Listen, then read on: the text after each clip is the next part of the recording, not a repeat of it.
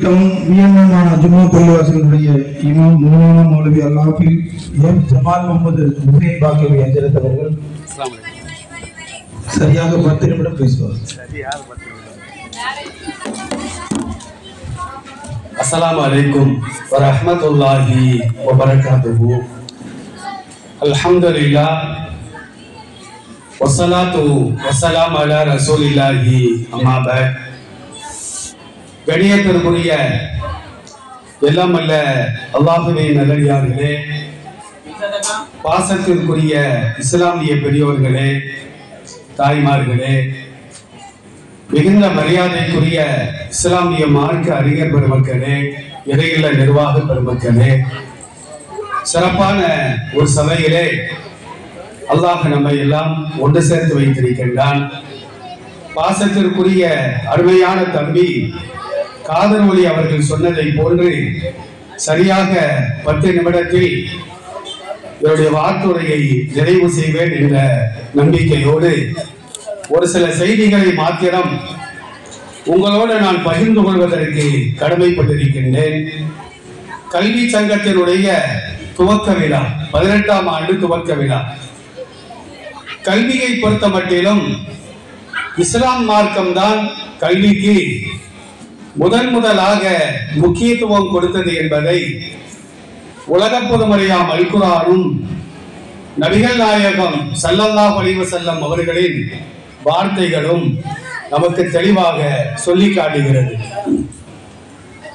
கல்வியுடைய வேர்கள் கசப்பாக இருந்தாலும் அதன் கனிகளோ இனிப்பானவை என்று சொல்வார்கள்.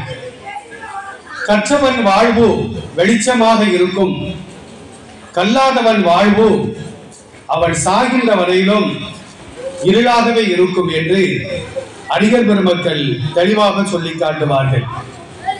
கல்வி என்பது தொட்டிலில் இருந்து சுடுகாடு வரையிலும் என்று சொல்வார்கள். இருந்தாலும் இளமை காலத்தில் கல்வியை கற்றுக்கொள்வதுதான் பசுமரத்தாணியை போன்று உள்ளத்தில் ஆழமாக பதியும் என்பதை இன்றைக்கு நாம் எண்ணி பார்க்க கடமைப்பட்டிருக்கின்றோம். கல்வியை நமக்கு வழங்குகின்ற புத்தகத்தை தலை குனிந்து நாம் படித்தால் கடைசி காலம் வரையிலும் தலை நிமிர்ந்து வாழலாம். வாசிக்கலாம் என்று சொல்லுகிறது புத்தகம், வாசிக்கலாம் என்று நம்மை அழைக்கின்றது புத்தகம். ஆனால் வா சிக்கலாம் என்று நம்மை அழைக்கிறது செல்போன். நம்மை வாசிப்பதற்காக அழைக்கின்ற புத்தகத்திற்கு நாம் கொடுக்கின்ற நேரத்தை விட பல வகையான சிக்கல்களுக்கு நாம் ஆளாகுவதற்கு காரணமாக திகழக்கூடிய கை தொலைபேசி, தொலைபேசி என்று சொல்வார்கள். இப்ப நம்ம வீடுகள்ல பெரும்பாலான பெற்றோர்கள் பிள்ளைகள் ஏதாவது வாங்கி கேட்டு அடம்பிடிச்சாங்கன்னா கஷ்டமான காலங்கள்ல சிரமப்பட்டு கொண்டு அந்த பொருளை வாங்கி கொடுக்கும் பொழுது பெற்றோர்கள், மார்க்கத்தை அறியாத பெற்றோர்கள் என்ன சொல்லுவாங்க தெரியுமா? வாங்கி தொலை, சாப்பிட்டு தொலை அப்படின்னு சொல்லுவாங்க. தொலைபேசி என்பதை திருப்பி வாசித்து பாருங்கள், பேசி தொலை, உன் நேரத்தை வீணாக்கு. இன்னைக்கு பெரும்பாலான இஸ்லாமிய சமூகம் மட்டுமல்ல, பெரும்பாலான மக்கள் தங்கள் பொன்னான நேரங்களை, நேரம் என்பது காலம் என்பது பொன் போன்று என்று சொல்வார்கள். ஆனால் பொன் போன்றது அல்ல. பொன்னை தொலைத்தாலும் திரும்ப அதை நாம் பெற்றுக்கொள்ளலாம். காலம் என்பது திரும்பி வராத உயிரை போன்று என்று சொல்வதுதான் சிறந்தது. கை தொலைபேசியின் மூலமாக உயிரை போன்று இருக்கின்ற நம்முடைய நேரங்கள் எல்லாம் இன்றைக்கு வீணாகி செல்லக்கூடிய ஒரு காட்சியை பார்த்து வருகின்றோம். அதான் அறிஞர் பெருமக்கள் சொல்வார்கள், வாசிக்கலாம் என்று புத்தகம் அழைக்கிறது, வாசிக்கலாம் என்று செல்போன் அழைக்கிறது. நாம் எதற்கு நேரத்தை கொடுக்க வேண்டும் என்று நாம் சிந்தித்து பார்க்க கடமைப்பட்டிருக்கின்றோம். அறிவை வளர்ப்பது கல்வி, அறியாமையை அகற்றுவது கல்வி, அல்ல குறையாதது கல்வி, அறிஞர்களை உருவாக்குவது கல்வி, வார்த்தைகளை புரிய வைப்பது கல்வி. கல்வி இல்லை என்று சொன்னால் நாம் ஒன்று சொல்ல அவர்கள் ஒன்றை விளங்கிக் கொள்வார்கள். வாசிப்பதற்கு மாத்திரமல்ல, ஒருவருடைய பேச்சை, உரையை செவிமடுத்து அதை விளங்குவதற்கும் கல்வி அவசியம். எனவேதான் வார்த்தைகளை புரிந்து கொள்வதற்கும் கல்வி அவசியம். கற்காதவன் அறியாதவன், கல்வியால் பரவும் நாகரீகம், கல்லாதவரே கண்ணில்லாதவர், கற்றோருக்கு சென்ற இடமெல்லாம் தனிச்சிறப்பு, கல்வி ஒன்றே அழியாத செல்வம் என்றெல்லாம் அறிஞர் பெருமக்கள் தெளிவாக சொல்லி காட்டுவார்கள். அதனால்தான் அல்லாஹ் ரப்பல் ஆலமீன் உலக பொதுமறையாம் அல் குர்ஆனிலே கல்வி சம்பந்தமாக, கல்வியாளர்கள் சம்பந்தமாக நறுக்கென்று ஒரு வார்த்தையை சொல்லி காட்டுவான். ஹல் யஸ்தவில் லதீன யஅலமூன வல்லதீன லா யஅலமூன். கற்றவரும் மற்றவரும் சமமாகுவார்களா?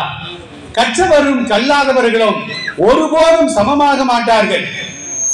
கண் பார்வை உள்ளவனும் கண் பார்வை இல்லாதவனும், செவித்திறன் உள்ளவனும் செவித்திறன் இல்லாதவனும் எப்படி சமமாக முடியாதோ, இருளும் ஒளியும், உயிருள்ளவனும் உயிரற்றவனும் எப்படி சமமாக முடியாதோ, அவ்வாறே தான் கற்றவரும் மற்றவரும் சமமாகவே முடியாது என்பதை அல்லாஹ் ரப்பல் ஆலமீன் அல் குர்ஆனிலே சொல்லி காட்டுகின்றார்.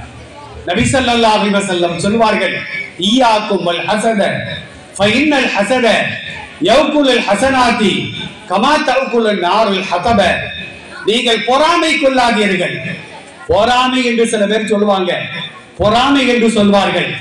இந்த பொறாமை என்பதை திருப்பி வாசி பாருங்க, மயிரா போன்னு வரும். பொறாமப்பட்டவங்க வாழ்க்கையெல்லாம் கடைசியில நாசமாத்தான் போகும். ஒருத்தர் மேல ஒருத்தருக்கு பொறாமை வருது அப்படின்னா, பொறாமைப்படக்கூடியவர் அவரின் மூலமாக ஏற்படக்கூடிய தீங்குகளை விட்டும் கெடுதிகளை விட்டும் நீங்கள் அல்லாஹ்விடத்தில் பாதுகாப்பு தேடுங்கள். அதான் மின் ஷர்ரி ஹாசிதின் இதா ஹஸத. பொறாமைக்காரன் பொறாமைப்படுகின்ற பொழுது அவனின் மூலமாக ஏற்படக்கூடிய கெடுதிகளை விட்டும் நீங்கள் அல்லாஹ்விடத்தில் பாதுகாப்பு தேடுங்கள்.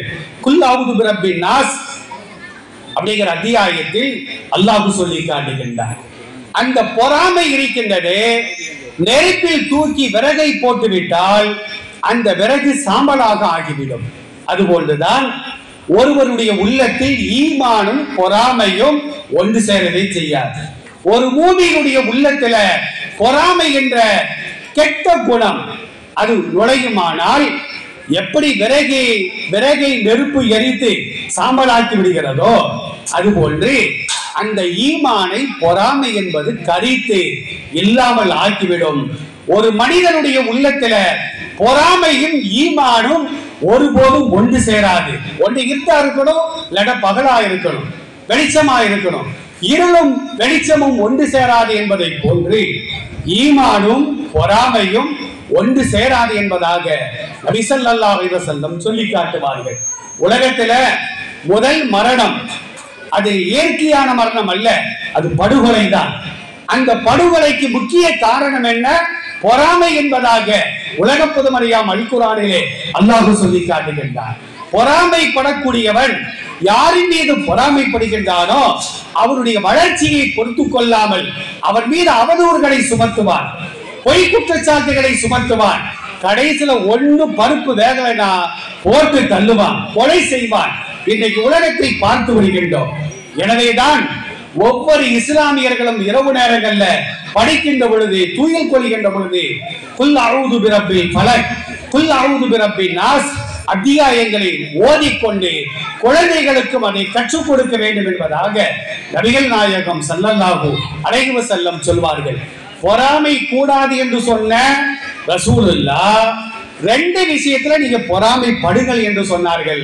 ஒன்று, ஹலாலாக சம்பாதித்து ஹலாலான வழியில் செலவு செய்கின்றாரே அந்த செல்வந்தரை பார்த்து ஒரு ஏழை நானும் செல்வந்தராக ஆக வேண்டும், நல்வழியில் செலவு செய்ய வேண்டும், பொறாமைப்படலாம்.